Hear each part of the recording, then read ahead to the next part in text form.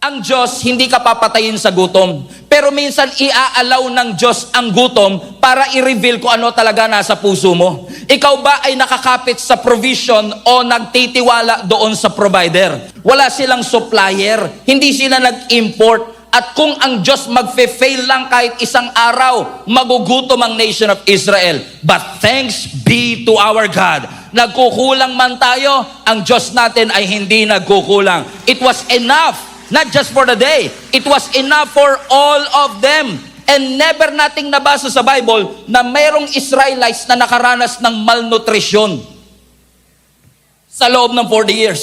Nasa wilderness pero hindi sila nakaranas ng malnutrition. Bakit? Enough ang provision ng ating Panginoon.